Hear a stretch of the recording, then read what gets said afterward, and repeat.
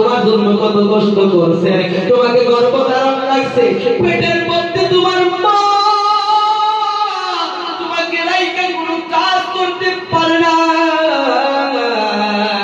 তোমার মার বান্ধবীরা, তোমার মার সহপাঠীরা দাওয়াত খাওয়ার জন্য যায়, ওই সময় তুমি আমি মায়ের পেটের মধ্যে লাল মেরে ফেলছি, মার পেটের মধ্যে ব্যথা উঠে গেছে, মা সঙ্গী চিৎকার মেরে বিছানায় পড়ে গেছে।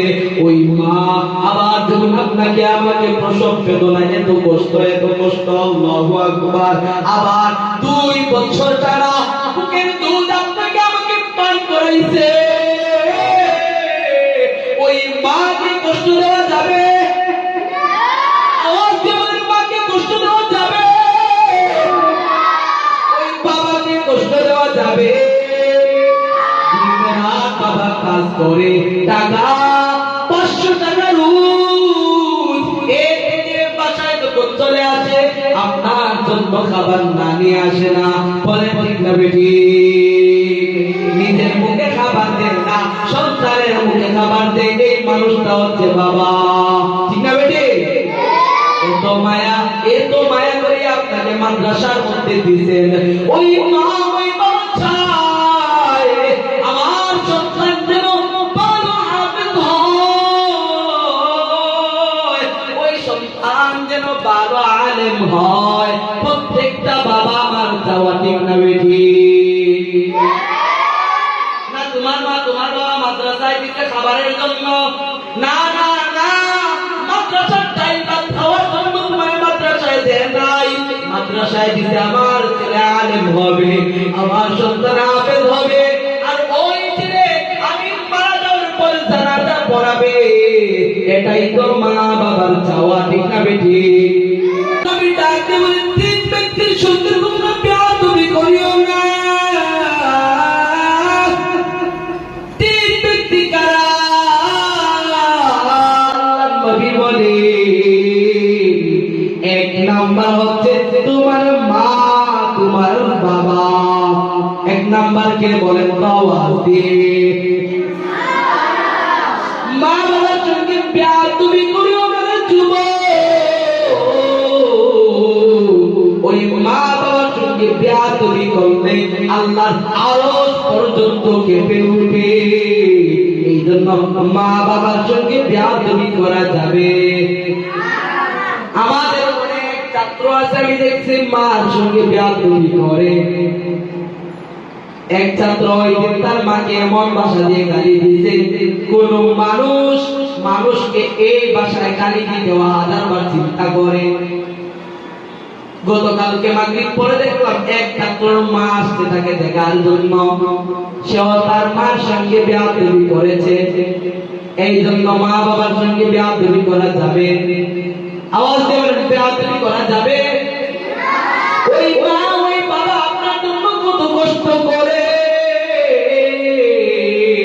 10 মাস 10 দিন আপনার মা আপনাকে গর্ভধারণ করলো, এই মা এত কষ্ট আপনার জন্য করলো।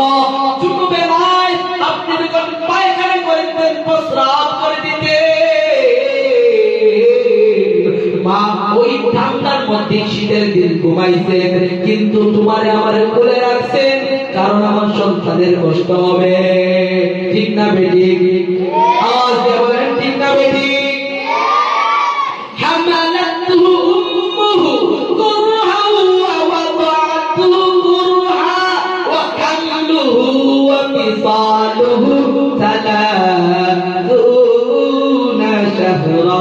তোমার মা তোমার জন্য কত কষ্ট করছে, তোমাকে গর্ভধারণ লাগছে, পেটের মধ্যে তোমার মা তোমাকে রাইখা কোনো কাজ করতে পারে না। তোমার মার বান্ধবীরা, তোমার মার সহপাঠীরা দাওয়াত খাওয়ার জন্য যায়, ওই সময় তুমি আমি মায়ের পেটের মধ্যে লাল মেরে ফেলছি, মার পেটের মধ্যে ব্যথা উঠে গেছে, মা সঙ্গী চিৎকার মেরে বিছানায় পড়ে গেছে। ওই মা আবার যখন আপনাকে আমাকে প্রসব বেদনা, এত কষ্ট আল্লাহু আকবার, আবার 2 বছর টানা বুকের দুধ আপনাকে আমাকে পান করাইছে। ওই মাকে কষ্ট দেওয়া যাবে? আমার জীবনের মাকে কষ্ট দেওয়া যাবে?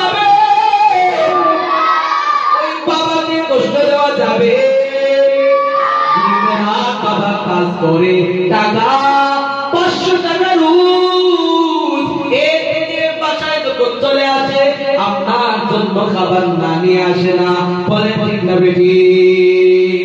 নিজের মুখে খাবার দেন না, সন্তানের মুখে খাবার দেয়, এই মানুষটা হচ্ছে বাবা, ঠিক না বেটি? এত মায়া করে আপনাকে মাদ্রাসার মধ্যে দিয়েছেন, ওই মা ওই বাবা চায় আমার সন্তান যেন ভালো হাফেজ হয়, ওই সন্তান যেন ভালো আলেম হয়। প্রত্যেকটা বাবা আমার চাওয়া, ঠিক না বেটি? না তোমার মা তোমার বাবা মাদ্রাসায় দিতে খাবারের জন্য? না না না, মাদ্রাসার টাইমটা খাওয়ার জন্য তোমার মাদ্রাসায় দেন নাই।